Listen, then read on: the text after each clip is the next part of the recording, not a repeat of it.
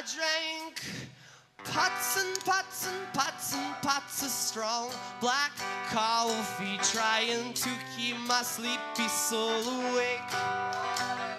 But the sleepiness still comes along, and when it does, it's fast and strong. I end up with a bad case of the shakes. Hey guys, it's Guido coming at you with an afternoon coffee talk. Disney this time. Dad. There you go. Just in case we're curious whose cup that is. We are going to go over a Watt question and answer. You can see it. I've got it called up right here. This was in the Armored Patrol. And it is Flush Draw answering some questions, I think, on the EU forum. Potentially the RU forum, actually. I couldn't find it on the EU, so it may actually be on the RU. So expectation management, some of this is probably paraphrased. Some of this is going through the translation system, whoever translated it. Some of the answers are kind of flippant and short, so I'm assuming that they're paraphrased, and obviously the translation comes through. However, it's interesting because there are some interesting questions and some interesting answers, and we're going to talk more about the kind of idea of the answers because, well, let's go through it. You'll get what I mean when I get going. All right, question. When will you remove the ability to buy premium ammo for credits? All right, that's an interesting question. That really isn't needed now. Okay, so some of these questions are not questions I would ask. I would be a little more specific on a lot of them. In the case of the gold, it would be more a question of, hey, what is your plan, if any, to rebalance gold ammo? Do you believe it's actually an issue? And why, if it is not? That's the kind of question you should be asking these guys.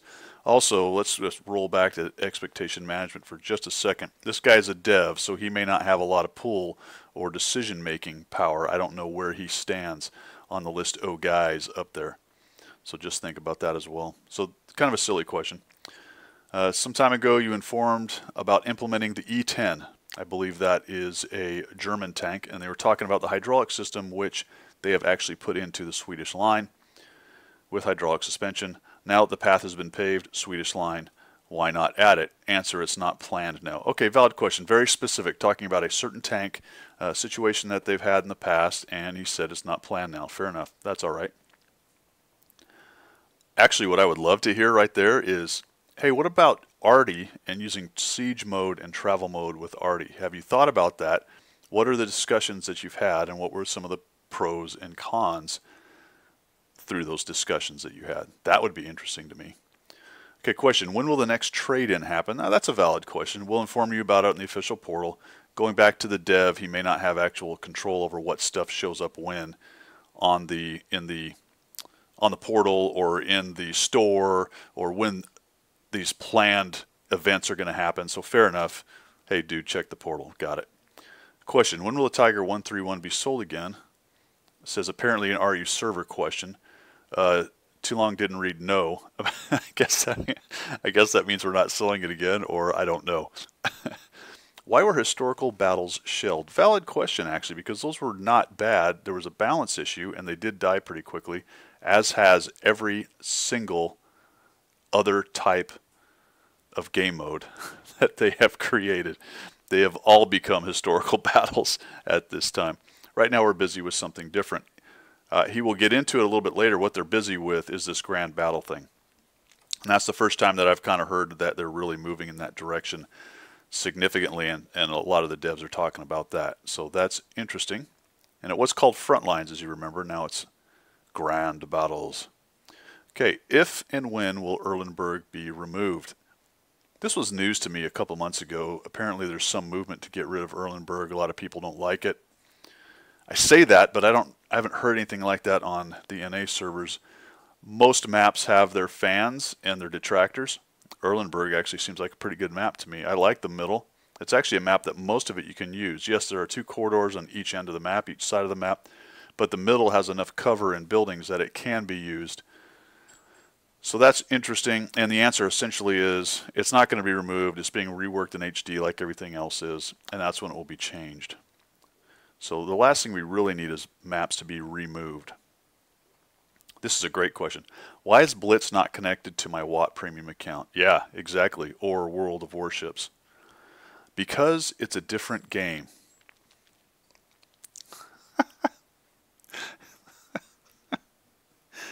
Okay, that's an awful answer, man. Come on. You're the same company. It is ridiculous that you have to buy different kinds of currencies for your different kinds of games.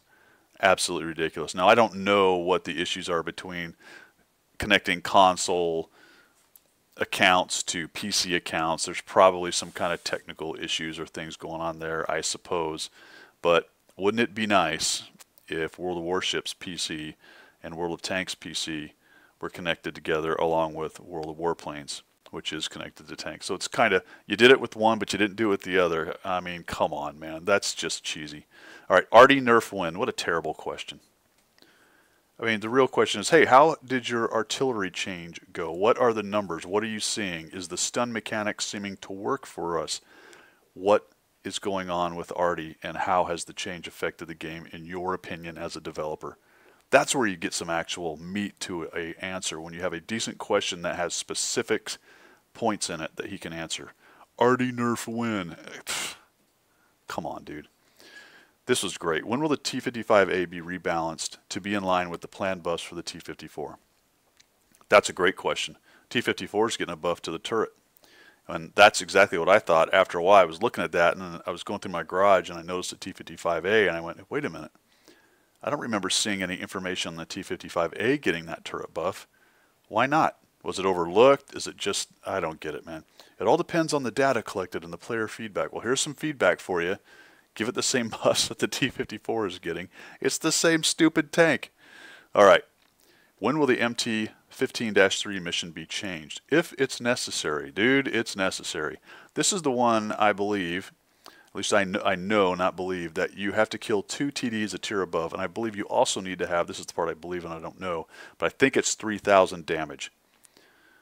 That one is a bit of a nightmare now with the way things are set up. What's worse to me, though, is 15-4, where you have to do 4,000 damage to a TD. Now, these have to be difficult at the 260 level to get that object 260. They should be very difficult to do, but 4,000 damage from a medium to only TDs is asinine. It really is. That one has to be, probably, in my opinion, one of the most rigged ones in the entire series right there. Crazy. If it's necessary. Dude, it's necessary. All right, do you plan to increase the ammo loadout for the FV215? That's very specific. No problem with that question. Apparently people run out of ammo with that thing. I've not played it very much. He says it's sufficient for now.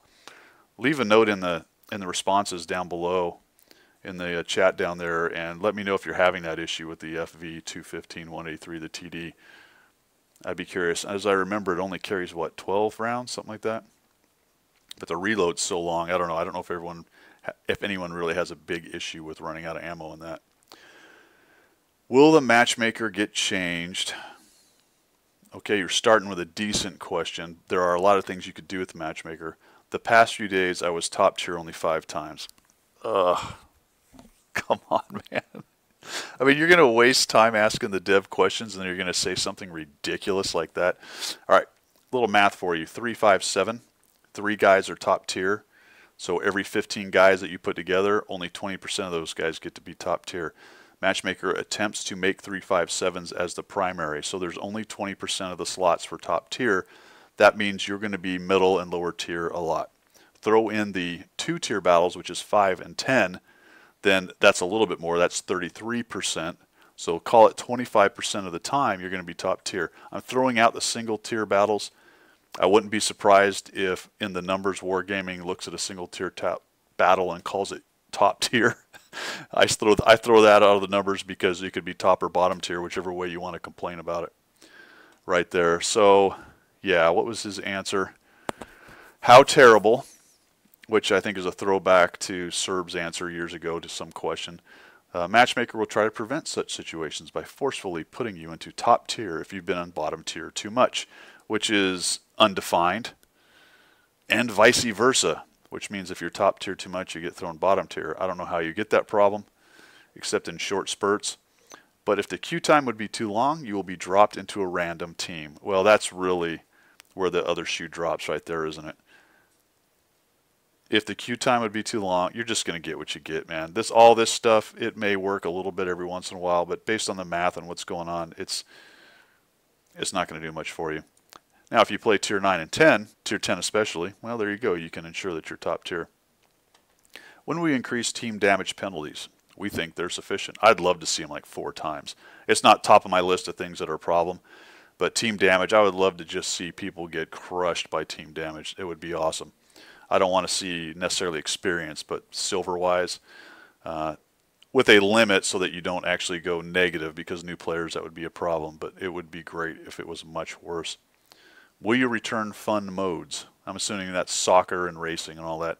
Nope, we're focused on Grand Battle now. That's what I talked about a little bit earlier. Question right now, doing some missions like those in which you need to damage spot kill already is almost impossible. Will you fix that? We're monitoring the situation. We'll fix if needed. I'm telling you, they're probably needed. That goes back to the question earlier where he was talking about some of the missions and things like that. This was odd. Do you plan to buff the Leopard 1? Or at least it's specific, and it's a very direct question, and he says if it's necessary. What's interesting about that question to me is if you look and read on the website where they're talking about the French 30 and 30B, the AMX mediums, they're buffing the turrets so that they're better hull fighters or hull down fighters, better ridge pokers, which is kind of all the Leopard 1 has, even though it has a super soft turret. So now we're not going to buff the Leopard. We're going to buff the AMXs who fight like the Leopard so that they're better able to do that. But the Leopard, nah, he can hang out with his crummy turret. That may come at some point. Right now, the Leopard and the PTA are more or less irrelevant to the corridor meta. So that was interesting to me. Another direct question, which is good. Are you nerfing, or why are you nerfing the ISU 152? He says too much damage and too much pen at once. So they're going to slightly nerf the gun and the pen a little bit, then give it mobility and armor. I didn't even... Was the ISU terrorizing people? Yes, it was a very scary gun. Was it dominating the battlefield and causing issues? No, not even close. This was sort of out of left field. I really don't understand that one. But I honestly don't think it's that big of a nerf, so it's not going to hurt the ISU too much. Good direct question. Which traverse speed do we see in the game client since it's dependent on terrain? And he says that's for the hard terrain. All right, good to know. Why weren't ranked battles fixed on the fly, for example, yada yada. He says it's a test version of the mode. Fixes will be implemented. I'm not certain we're going to see ranked battles come back. I'm really not, but we'll see. I'm kind of going out on a limb on that one. I'm probably going to be wrong, but I have a feeling that we might not see ranked battles come back. Will old premium tanks be rebalanced, and when will the Defender return to the store? 2 parts, Defender to the store. That's an OP tank. I hope never, but they probably will to make some money. Old premium tanks rebalanced. Lots of them have already been rebalanced. You've got the Low got a buff, the T-34 got a buff, the Super Pershing got a buff. If I was going to ask that question, I'd be specific about exactly what tanks they're talking about. Down at the bottom, we'll get to it. He asked the question about the 112, so that's probably where he's aiming, like the WZ and the 112. But even they got a buff, if you remember, 6 months ago, something like that. So silly question. I'd have been specific, because then you can just throw out a generalized stupid question. You're going to get a generalized stupid answer. They'll be checked and evaluated. Noted. You do that all the time. Got it. Do you plan to introduce Italian tanks? Right now we're not. All right, fair enough. Why am I always losing money? Can you fix that? I hope that was like a joke question. Again, the context and the translation doesn't really come through on this. And he said, send us your replays and we'll point out why. That could have, though, been a question about reduced profitability and power creep forcing you to use premium ammo. So it may have actually been a pretty good question along those lines, but it's thrown out flippantly. I don't know. Hard to tell. When will the game become more realistic? I'm tired of flips and tumbles. Okay. Want realism? Join the army. All right. That's how real life works. You bump into an obstacle and physics do the job. Well, wait a minute. You said if I want realism, join the army, and then you're telling me that real life works through physics like you have in the game. Well, which is it, man? Because they're not very realistic. I don't have a problem with the physics in the game. I'm not worried about a little cartoon mayhem in my tank game and my tank arcade game. That doesn't bother me at all. It's kind of cool, some of the things you can do. I don't know why people would get bent about that. Why don't you implement the safe shot mod? This was an interesting question and answer, because he'll say team damage is a game mechanic and offenders will be punished. Yeah, but there's a mod out there that you can load that you guys are okay with that stops you from doing it. So which is it? Is it a game mechanic? And if so, then people are going around the game mechanic with the mod. This is just endemic to their entire mod situation on what's legal and what's not. And it really came to a head probably about a year ago. I haven't heard a whole lot about it, and of course they're banning people for the illegal things like the aimbots and the very specific bad ones, but there's still issues with mods and why some stuff is legal and why some stuff isn't. This is a great example. And safe shot's not changing the game. It's not a huge issue, but you just told me that team damage is a game mechanic, but there's a mod that lets you get around the game mechanic. So dudes, make a decision, man. Will the IS-3A be sold again? Good question. Follow the portal. Okay, noted. Really nothing to add there. Why won't you publish the names of banned players? I'm of two minds of that one. It says players don't need that info and cheat makers could find out how we're detecting. That's valid. So any information that you can keep away from them on how they're detecting them is probably good for the company. I don't really see much use in name and shame. If third parties do it, I don't really care, but I think the company should stay out of that kind of thing. Last one, 112 buff win when it's necessary. It's what I talked about a little bit earlier. So I thought that was interesting. There were some decent questions in there, some okay answers. There were some kind of, they sounded flippant, but like I said, it's hard to tell with the translation issue and the paraphrasing issue. And there were some kind of ridiculous answers as well that even taken in the context of the question and the answer, you can tell that it's just kind of out there with wargaming. Pretty standard with some of their Q&A and interactions with their developers. I can tell through all this, and it's been a theme on some of my other videos, that they're still struggling a little bit on the PR side on how to get the answers. A lot of these questions should have some fairly specific pat answers that they can answer with that are approved at X level at wargaming. And they should expand a little bit and assure players that, hey, we're looking into this. This is kind of what we're doing right now. Here's a short idea of what the future might bring in this area, and realize that we always reserve the ability to either not do something or do something early. I mean, you get what I'm saying is you get a little more information out there, even if it is a bit of a pat answer. But right now they don't do that. They just let devs kind of shoot off the cuff. And that's it for a really quick, turning into quite a long afternoon coffee talk. So I'll throw this up on the YouTube page